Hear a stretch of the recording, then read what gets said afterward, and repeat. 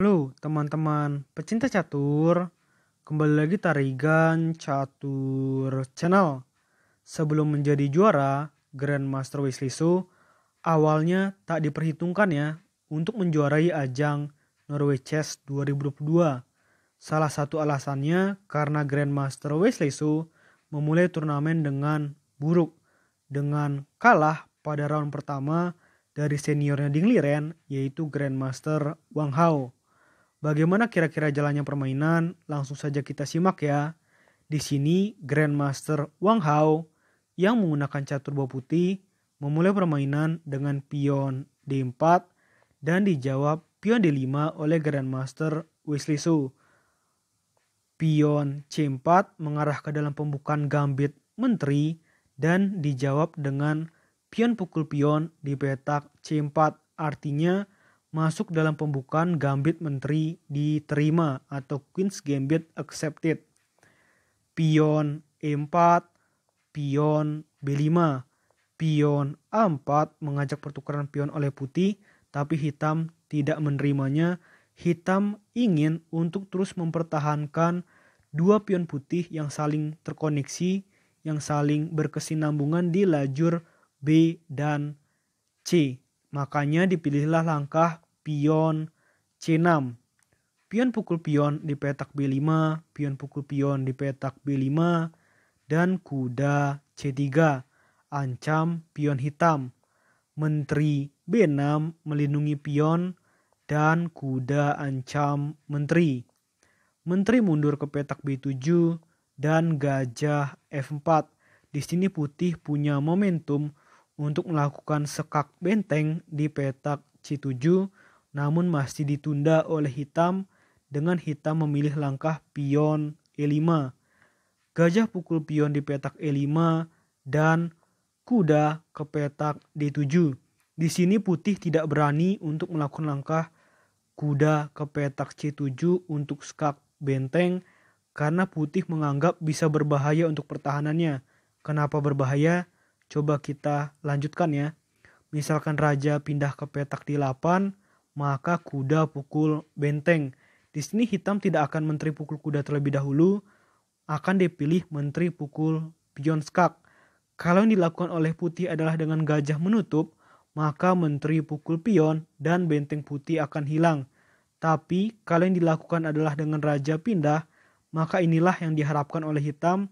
Raja putih bergerak yang membuat hitam nantinya akan lebih leluasa untuk menyerang putih, walaupun sebelum itu akan menteri pukul kuda terlebih dahulu. Jadi kira-kira seperti itu ya. Kenapa Wang Hao tidak berani langsung skak benteng? Oleh karena itu, di sini yang dilakukan oleh Grandmaster Wang Hao adalah dengan kuda ke petak E2, maka kuda pukul gajah di petak E5 dan pion pukul kuda di petak E5. Kuda E7, kuda C3, pion A6, dan di sini putih punya langkah bagus dengan kuda pukul pion di petak B5.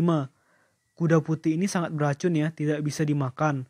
Karena kalau dimakan dengan apapun, maka hitam akan kalah.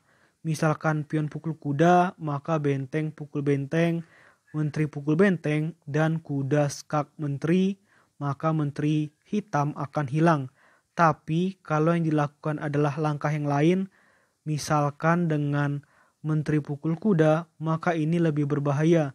Karena ini berbau skakmat dengan langkah kuda ke petak C7. Raja hitam tidak bisa bergerak, maka skakmat.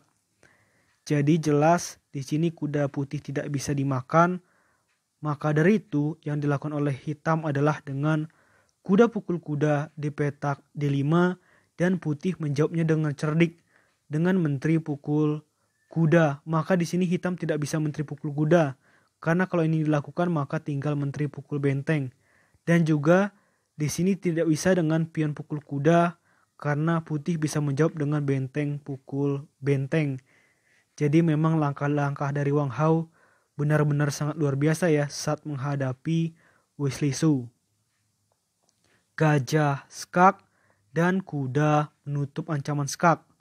gajah pukul kuda skak, dan pion pukul gajah. Menteri ke petak B2 ancam benteng dan pion putih. Di sini sebenarnya kalau pecatur pada umumnya menghadapi situasi seperti ini, kemungkinan besar akan memindahkan bentengnya ya. Tapi ternyata putih punya cara untuk melindungi kedua buahnya, yaitu benteng dan pion, tanpa harus memindahkan buah, yaitu dengan menteri ke petak A5. Jadi melindungi pion putih dan melindungi benteng putih.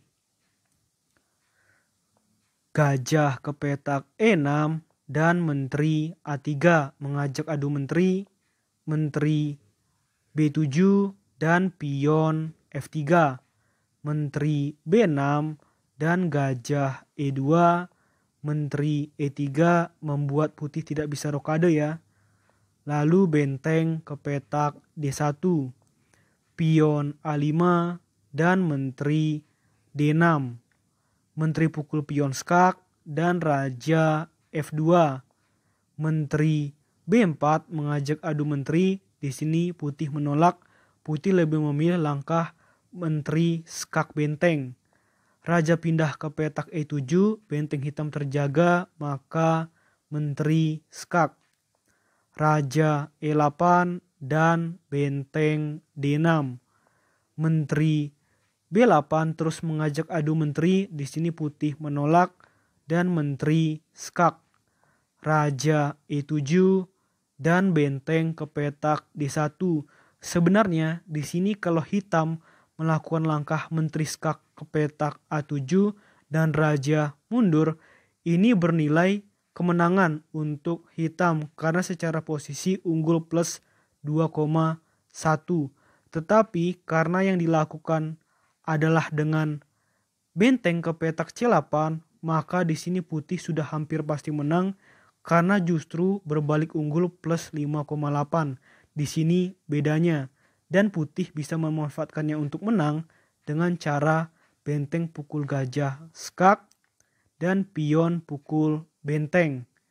Setelah benteng skak di petak D7, tepat di posisi seperti ini, Grandmaster Wesley memutuskan untuk menyerah. Karena apapun jawaban hitam, baik raja pindah ke sini maupun raja pindah ke sini, maka yang dilakukan oleh putih adalah menteri pukul pion. Tidak ada satupun langkah yang bisa dilakukan oleh Grandmaster Wesley untuk bertahan dari ancaman skakmat